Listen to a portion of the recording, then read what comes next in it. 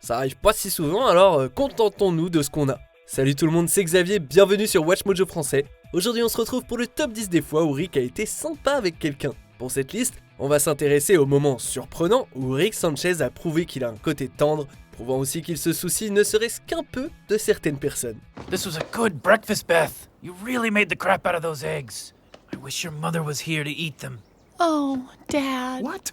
For real? Numéro 10, créer Froupiland pour Bess, Froupiland. Être père, ça ne lui est pas venu naturellement, mais Rick est le seul parent qui me vient à l'esprit dans la catégorie de ceux qui ont fabriqué un monde imaginaire avec une rivière arc-en-ciel pour leur enfant. I can't believe you used to lock me up in this glorified chicken coop. Chicken coop? Those are procedurally generated clouds, Beth. That river is a rainbow, literally. Pour garantir la sécurité de la petite Bess, Rick a bâti Froupiland sur un terrain qui rebondit, a rendu respirable l'eau et l'a peuplé de créatures inoffensives. Oh, how do you like that? What kind of merciless creator makes the ground bouncy? Cela étant, ce monde merveilleux a fini par se transformer en véritable cauchemar dans lequel Tommy, l'ami d'enfance de Bess, a été piégé pendant des années. On apprend aussi que Rick a créé Froupiland pour tenir Bess à l'écart des autres gamins du quartier parce qu'elle exprimait la volonté de leur faire du mal. Ray guns, a whip that forces people to like you, invisibility cuffs, a parent trap, a lightning gun, a teddy bear with anatomically correct innards. Même s'il voulait s'épargner l'effort de devoir cloner ceux qui auraient croisé Bess dans un mauvais jour, Rick se faisait assez de billes pour empêcher sa fille d'avoir des ennuis et les autres enfants d'être en danger. Numéro 9, emmener Morty à Atlantis, confusion en Ricklantide. Quand Rick emmène Morty à l'aventure, c'est presque garanti que leur vie sera mise en danger et qu'ils seront marqués à jamais. This was insane! That was pure luck! I was not in control of that situation at all! Ce fut un changement de ton bienvenu quand Rick a emmené Morty dans une aventure remplie d'amusement à Atlantis, la cité perdue. Alright, Morty, you ready for our adventure to the lost city of Atlantis? Ready as I'll ever be, Rick! Bien sûr, ce qui est hilarant, c'est qu'on ne verra jamais cette aventure, puisque l'épisode se concentre plutôt sur ce que les autres Rick et Morty font à la citadelle. Mais, si on en croit la scène post-générique, ils se sont tapés des barres. En arrivant chez eux, Rick se rappelle déjà avec amusement de leur périple, notamment de leur rencontre avec des sirènes. Des instants comme celui-ci démontrent que Rick apprécie partir à l'aventure avec Morty et est même capable de lui faire passer du bon temps. Yeah! We're going back for seconds! We're gonna do that shit every week, man! That was Atlantis! Numéro 8, son toast de mariage plus ou moins gentil, mariage à la Squanchez. Condorman est l'une des rares personnes dans le multivers que Rick considère comme un véritable ami. The hell is a bird person? He's Rick's best friend! Bien que pessimiste par rapport au concept de mariage, Rick se pointe à celui de Condorman, à reculons certes, mais quand même. Suivant les conseils de Morty, Rick s'ouvre à la réception et porte un toast plus ou moins improvisé. Il commence de façon cynique, puis tranquillement le discours montre ses sentiments, surtout quand Rick dit de Condorman que c'est son meilleur ami, des os Squanchy. But, here's the thing. Bird person is my best friend. And if he loves Tammy, well, then I love Tammy too. To friendship, to love, and to my greatest adventure yet, opening myself up to others. Il accepte même Tammy, l'épouse de Condorman, en disant qu'il les aime tous les deux. Malheureusement, ce moment touchant est complètement gâché quand Tammy révèle qu'elle est un agent de la Fédération Galactique et qu'elle descend Condorman. Rick voit quasiment tous les jours des gens crever devant ses yeux sans sourciller. Du coup, la façon dont il réagit à la mort de Condorman en dit très long. Bird person, no! Numéro 7, son message à Noob Noob, 3ème édition.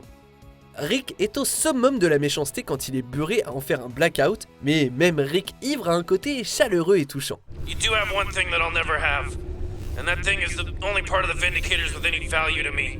If you know what it is, place it on the platform. Pour résoudre la dernière énigme folle de Rick, on le voit sur un enregistrement leur dire de présenter quelque chose que lui n'a pas. It's possible I got so drunk I felt like I was losing Morty to the Vindicators, and maybe this is my way of saying, okay, you can have him, but only if you know how important he is, otherwise I'll kill you. Rick sobre conclut que son lui beurré parlait de Morty, qui s'avance donc sur la plateforme. Morty a droit à un tour de manège apaisant, alors que Rick sous confesse son affection à son spectateur. Sauf qu'aussi sincères que soient ses mots, ils ne sont pas du tout destinés à son petit-fils. Even my own grandson is like, oh, the Vindicators is so cool. I mean, he's a moron, that's their demographic. But you're different, Noob Noob. Morty réalise alors que Rick bourré a fait ce message pour Noob Noob, un revancheur stagiaire / concierge qui a rigolé à ses blagues. Thanks, Noob Noob. Quoi qu'il en soit, Rick bourré adore Noob Noob visiblement, ce dont Rick normal ne se souvient même pas. Numéro 6, combattre Voltamatron par amour, les souvenirs effacés de Morty. I am Voltamatron, destroyer of worlds! Parmi l'un des nombreux supplices que Rick a effacés de sa mémoire, Morty apprend que son corps a été à un moment possédé par un parasite alien du nom de Voltamatron. La science ne pour rien pour lui à ce moment-là, mais Rick a plus d'une corde à son arc, le pouvoir de l'amour. It's me, your grandpa. I know I can be mean, but I love you, Morty. Rick dit à Morty qu'il l'aime, même s'il l'humilie en permanence, et que Morty doit se battre. Bess et Summer suivent l'exemple de Rick, ce qui donne à Morty assez de force pour résister et expulser l'alien hors de sa bouche lentement. Trop lentement en fait. Du coup la famille se remoque de Morty et Voltamatron reglisse à l'intérieur de lui. Jeez, Morty, come on, pinch it off already. Bon alors, ok, Rick reprend vite ses mauvaises habitudes, mais ce n'est pas tous les jours qu'il exprime son amour pour Morty, ou pour qui que ce soit d'ailleurs, ce qui rend ce souvenir presque réconfortant. Numéro 5, se rendre aux funérailles de Tony, le vieil homme et la merde. Quand un alien du nom de Tony utilise ses toilettes personnelles, la première réaction de Rick, c'est de vouloir le détruire. Touché par les mots de Tony qui est veuf, Rick décide de lui envoyer une bombe de paix dessus, ce qui est plus sympa que de lui tirer dessus, j'imagine. Tony revient pour poser une pêche, ce qui pousse Rick à le piéger dans une simulation de son paradis idéal. Après que Tony ait réalisé ce qu'il se passe, il revient avec l'envie de croquer la vie à pleines dents, ce qui résulte en un triste accident de ski mortel. Jesus, I gotta process this. Il aura beau le nier, Rick a créé un lien fort avec Tony et sa mort le perturbe beaucoup. Rick vient lui rendre hommage à ses funérailles, donnant au père de Tony un kit pour cloner et du cash. En retournant sur le trône où il avait une surprise pour Tony, Rick songe à ce qui aurait pu être une superbe amitié. Enjoy using it all by yourself while you sit there and think about how nobody wants to be around you and how you ruined it for yourself. Numéro 4, organiser une super fête et nettoyer Rick's Business. Enfin, la preuve que Rick est un grand-père cool. Summer, you can't have a party. Because I'm having a party. Alors que Bess et Jerry sont en vacances, Rick organise une fête épique où il invite tout un tas de personnes hautes en couleur et qui s'entendent drôlement bien avec les camarades de classe de Summer. Squanchy party, bro! Oh, Squanchy! De son côté, tout ça stresse vachement Morty, alors que Rick essaye tant bien que mal de lui apprendre à lâcher la vapeur. Bon, sauf qu'ils se lâchent tous un petit peu trop et que la maison se fait totalement retourner. Rick arrête le temps, bien heureusement, ce qui laisse à Morty, Summer et lui 6 mois pour faire le ménage. Alright, that should do it. Whoa, what did you do? See for yourself. Au milieu des réparations, Rick et ses petits-enfants trouvent le temps de faire des travaux manuels, d'enlever leur fût à des gens pétrifiés et de faire du shopping.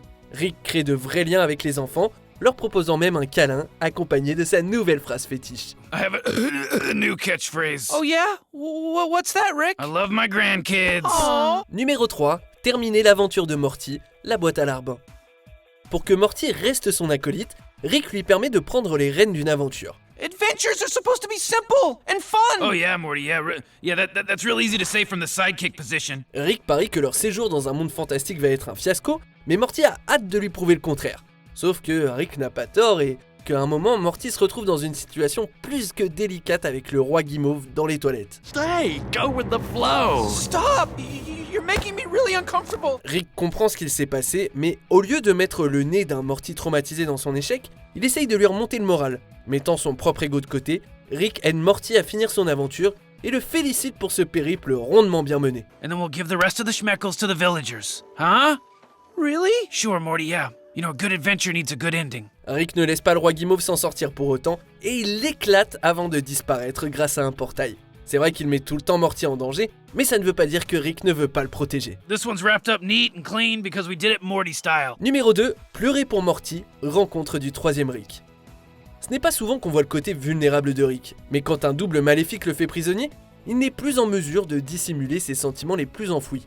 Cherchant à l'éliminer suite à une expérience, Rick Maléfique attache Rick C137 et lui passe les moments les plus marquants de sa vie. Morty apparaît sur plein d'extraits et en voyant un souvenir de son petit-fils alors bébé, Rick se met à pleurer. You're crying? Sans pour autant le dire à voix haute, Rick a l'air démoli par l'idée de laisser Morty derrière lui. Morty est plus qu'un appareil de camouflage humain pour lui, ce qui différencie Rick C137 des autres Rick. Selon les théories de fans sur Evil Morty, ce moment pourrait avoir encore plus de sens que ce qu'on pense à la base. Ouais, bon bref, peu importe comment on l'interprète, Morty a été la source des larmes de Rick. I did a pretty good job back there for a human cloaking device. Saved your ass. Bon après, même une horloge cassée donne 2 fois la bonne heure chaque jour. hein. Donc même un gars comme Rick va forcément être sympa à un moment donné, même si c'était accidentel. Par contre, notre numéro 1, c'était clairement fait exprès. Et ça montre que finalement, dans le fond, c'est peut-être pas tant que ça un sale type.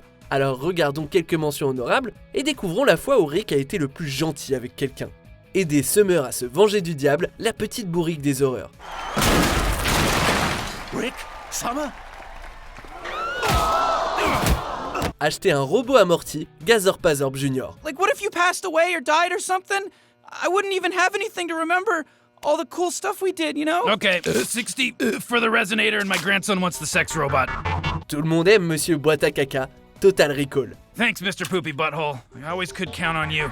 Accepter Jerry dans la famille, en protestant, l'ami de Washington. You win, Jerry. You win! No amount of genius can stop your dumb, mediocre, vacuous roots from digging into everything and everyone around you and draining them of any ability to fend you off. Motiver Terry Terrifiant, Ike Crockett. You're putting too much pressure on yourself, Scary Terry. You know, I mean, you're perfectly scary enough as it is. On arrive presque à la fin. Nous publions de nouvelles vidéos chaque jour, alors abonnez-vous et activez la petite cloche et les notifications sur téléphone pour ne rien rater. Numéro 1, se sacrifier pour sauver Morty, effet ricochet.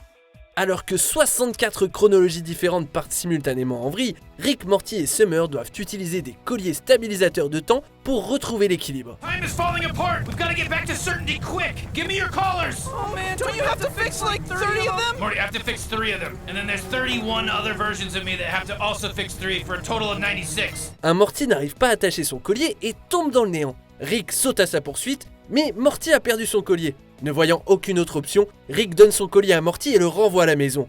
Rick n'a pas de plan de secours et se prépare donc à disparaître dans des profondeurs remplies de chats de Schrödinger. Rick! Oh! Morty, where's your collar? I'll fix it. I dropped it!